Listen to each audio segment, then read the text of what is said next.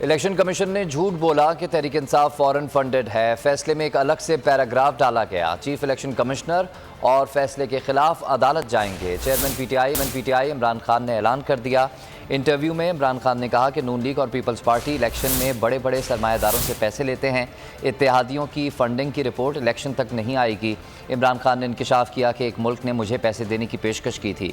اس ملک نے کہا کہ ہم نون لیگ کو بھی پیسے دیتے ہیں۔ ہمارا مطالبہ ہے کہ معلوم کیا جائے کہ انہیں کہاں سے پیسہ ملتا ہے۔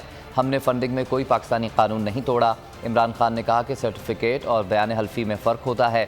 عمران خان نے مزید کہا کہ شہباز شریف اور زرداری الیکشن سے ڈرے ہوئے ہیں، اسی لیے الیکشن کمیشن سے مل کر مجھے باہر کرنے کی سازش کی جا رہی ہے۔